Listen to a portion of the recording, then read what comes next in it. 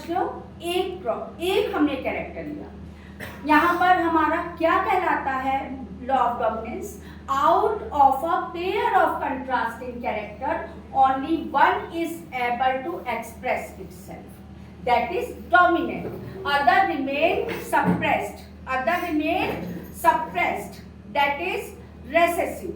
Okay, so that one is the, यहाँ आपने देखा जब हमने क्रॉस किया टॉल को ड्वार्फ के साथ, गैमेट में चेंज हुआ कैपिटल टी स्मॉल टी। यहाँ F1 जनरेशन में आपने देखा कैपिटल टी स्मॉल। अब यहाँ पर लेकिन क्या स्मॉल टी यानी कि ड्वार्फ कैरेक्टर अपने आप को शो कर पा रहा है? नहीं कर पा रहा है। डोमिनेंट की प्रेजेंस में अपने आप को शो नहीं कर पा रहा है, यानी ये हो गया हमारा law of dominance. Out of a pair of character, only one is able to express itself, that is dominant, other remains suppressed. Phenotype अगर बोलेंगे तो बाहर से outer observable characters, तो हमें बाहर से सारे कैसे देखने को मिल रहे हैं? All tall. जबकि इनका अगर जेनेटिक कॉन्स्टिट्यूशन देखेंगे तो उस जगह पे कहेंगे हम genotype, that one is the hybrid tall, या सिंपल आप ये अल्फाबेट। अब ये तो बच्चे हो गया लॉ ऑफ डोमिनेंस। अब इसके बाद सेकंड लॉ है, that one is the law of segregation. Law of segregation की बेटा बात करेंगे तो वहां पर क्या होगा? The two members of a pair of character. Law of dominance इसको मैं हटा दूंगी, law of segregation.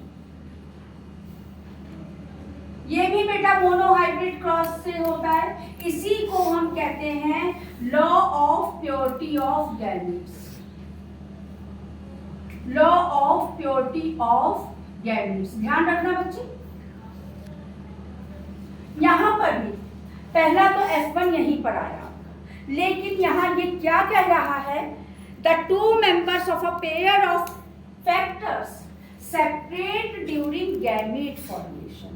Separate during gamete formation क्या देखोगे आप कि जब हम इसको F2 जनरेशन में लेकर जाएंगे, F2 जनरेशन में लेकर जाएंगे तो ये दोनों मेंबर्स सेपरेट हो जाएंगे किसमें? गैमेट फॉर्मेशन के टाइम पर, विदाउट ब्लेंडिंग ईच अदर।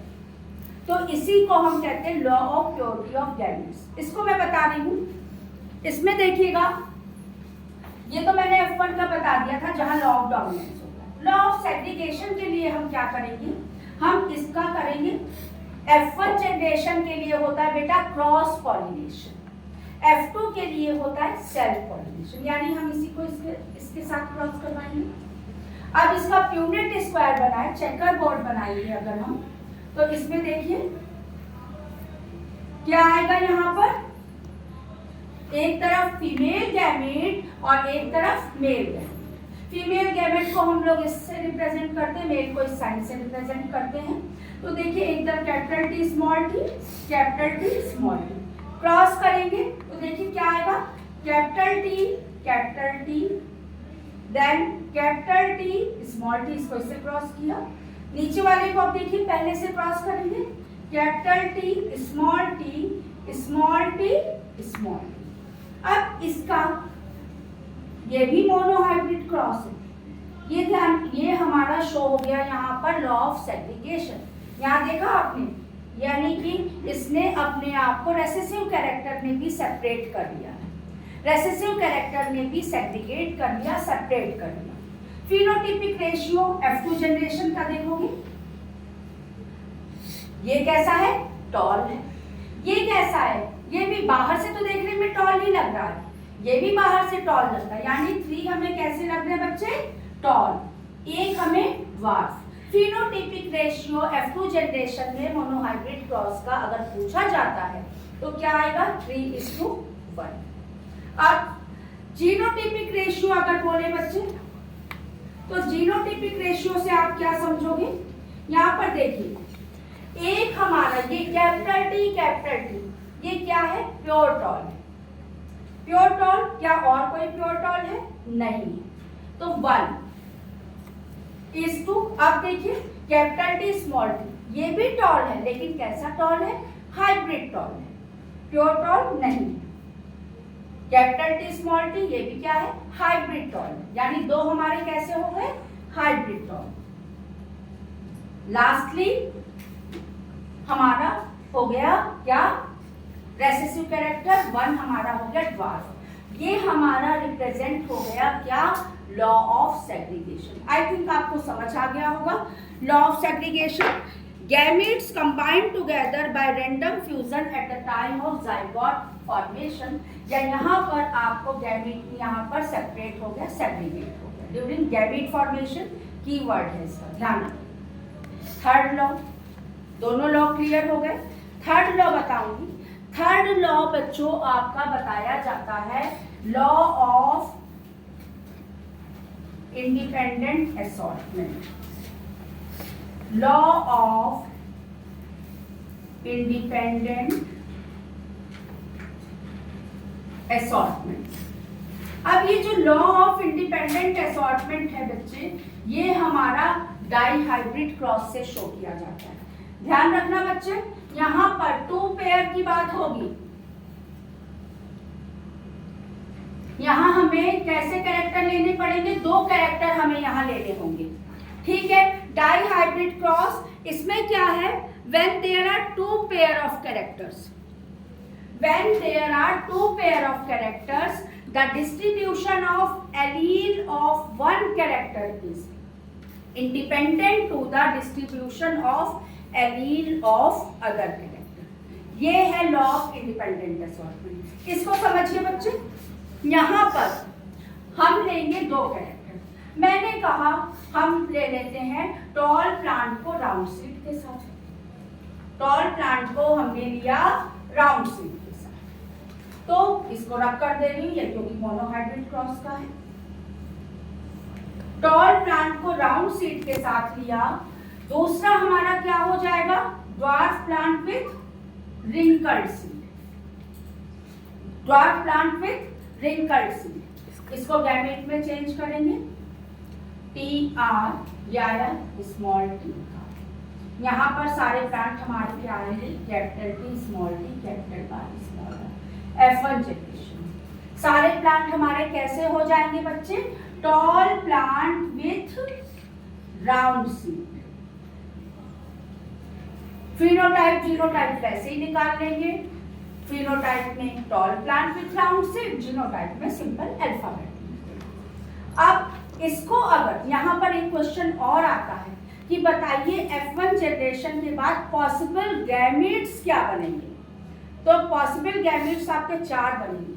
कैसे बनेंगे, यहाँ इसको मैं यहाँ करके आपको बता देती हूँ। Capital T small T capital R small R, यही बना।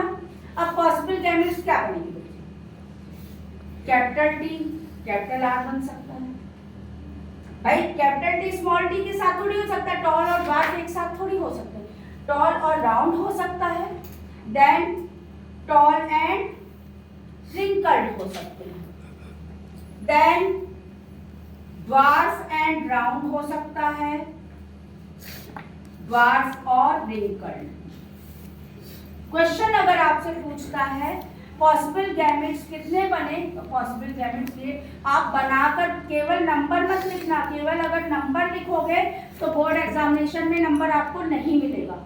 आप इसका निकाल के इस तरीके से बताएंगे, ठीक है, निकाल के बताएंगे। अब इसको F2 जनरेशन में लेकर जाती हूँ, जल्दी इसको आप यूनिट स्क्वायर बताती हूँ मैं।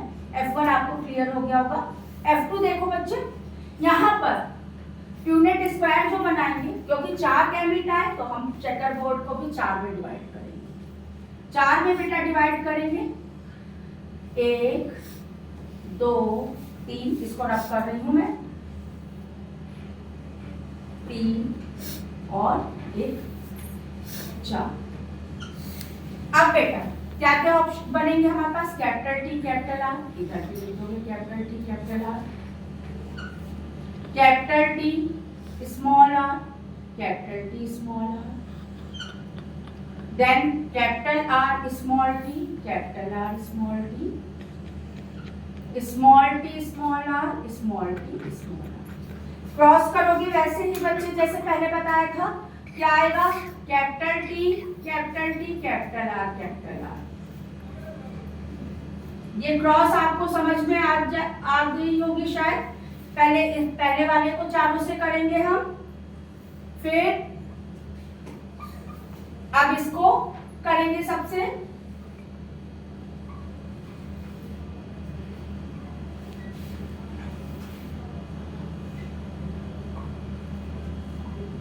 इन दिस मैनर ये पूरा क्रॉस हम करेंगे।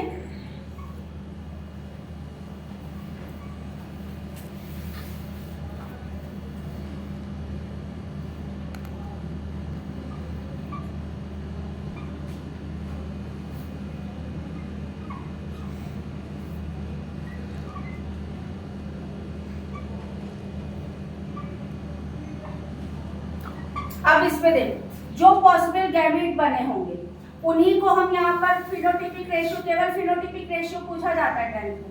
अब इसको देखिए आप, फिनोटिपिक रेशियो अगर निकालना है क्या ऑप्शन बन सकता है, या तो सारे हमारे टॉल विथ राउंड होंगे, या टॉल विथ रिंकल्ड होंगे, या हमारे राउंड विथ, और क्या बन सकता है हमारा राउंड विथ ड्वार्फ हो सकते हैं, या रिंकल्ड विथ ड्वार्फ, यही पॉसिबल बनेंगे। अब आप देखिए कितने टॉल एंड राउंड है जिनमें यानी कैपिटल टी और कैपिटल आर दोनों होगा। 1 2 3 4 5 6 7 8 एंड 9। 9 हमारे क्या है, tall and round. Tall and wrinkled देखिए कितने बने, ये देखिए नंबर 2 इसको दे देती हूँ, 1 2 देन 3 हमारे पास कैसे आ गए, टॉल एंड रिंकल्ड। अब राउंड एंड ड्वार्फ बच्चे देखो, राउंड कैपिटल राउंड, ये नंबर 3 दे देती हूँ इसको, 1 2 और 3, ये भी हमारे 3 आए। लास्टली बचा रिंकल्ड एंड ड्वार्फ, कितने बने, नंबर 4 दिया, केवल 1। तो रेशियो हमारा क्या बन गया, 9:3:1। ये हो गई dihybrid cross phenotypic ratio 9:3:1, sorry.